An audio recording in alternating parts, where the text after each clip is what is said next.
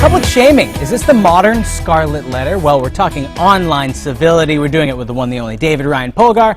DavidRyanPolgar.com. You do a whole lot of stuff. You're a Renaissance man. Well, thank you. When it comes to the internet age, we're talking about the modern scarlet letter. Internet shaming is a huge thing. It's capturing national headlines. Well, you know, Seth, when you read the scarlet letter in high school, like I did, you looked at it and you said, "My God, I would never act like these backwards people. I can't believe they're putting an A for adultery, you know, on her sweater.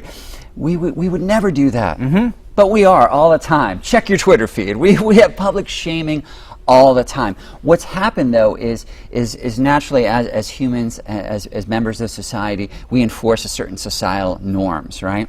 Our mores, if you will. But our online community sometimes can trigger a mob mentality, and that's what we're talking about. Well, because it seems like, yeah, we've instilled, and we instill it in our kids, and our grandparents instilled it in our parents, certain things that are wrong and right. You don't do things when you're talking to people like we're talking right now. But when there's a couple of screens behind us, it seems like who we are as people just go away. They certainly do, because we change from the person to the persona. In addition, I was thinking about it.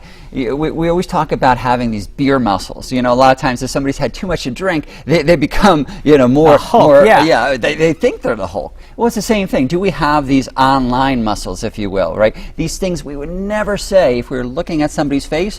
All of a sudden, if we're through social media, we say ridiculous things that we would be embarrassed about if we were looking eye to eye. See, the thing is, Seth, is that our online communication oftentimes is faceless and frictionless, and that lack of friction sometimes creates difficulty with conveying a certain sense of empathy, with realizing there's a person behind that avatar. And moreover, you can say something inflammatory and no one's bringing their torches to your home because you're just saying something and then washing your hands. Oh yeah. Well, even though we don't have those torches, these digital torches that we oftentimes bring have the same real-world ramifications. Well, and that's what I want to get into first, because we're talking about the fact that bullying a bully is still bullying, and I think still is, Cecil the Lion and that whole story absolutely plays in this example. Well, that's the thing. A lot of people are outraged, and so am I, about justifiable outrage about his activity. But the issue becomes, at what point does vigilante justice go too far? We see pictures now, you know, people are protesting outside of his place, they're putting all the other death threats, graffiti,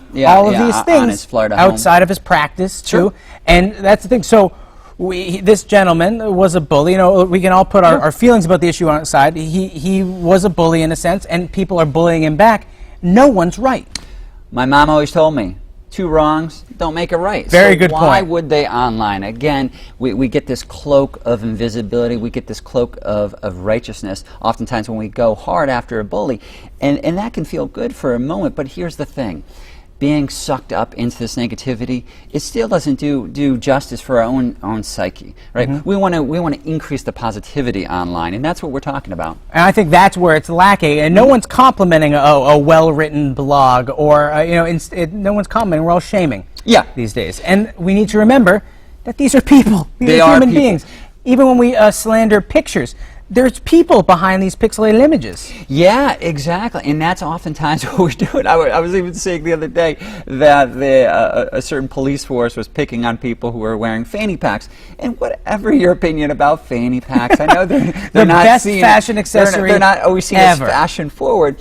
It probably still doesn't justify the sense that we are shaming somebody. No. Again, what are we? We're trying to raise our own self on a pedestal, and that's the issue. What we need to think about is oftentimes we consider, what is the internet? Is it good, or is it this kind of Pandora's box? And at the end, we have no idea. Well, here's the thing: the internet is us.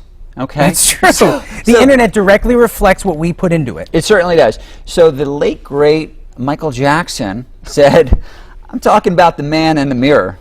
Okay. I'm asking him or her to make a change. So the internet, it's us. That's true. It's a reflection of everything that we do. All it is a mirror about us as a society. So if it becomes incredibly ugly, that's saying that human nature by itself can churn to that ugliness. But at the same time, very optimistic, and that's why I focus a lot on digital citizenship, planning this Digital Citizenship Summit on October 3rd, on this concept that we can have positive, practical solutions to improve online culture. Well, then, to tweak another quote, be the digital change that you want to see in the world. That's what we need to do, right?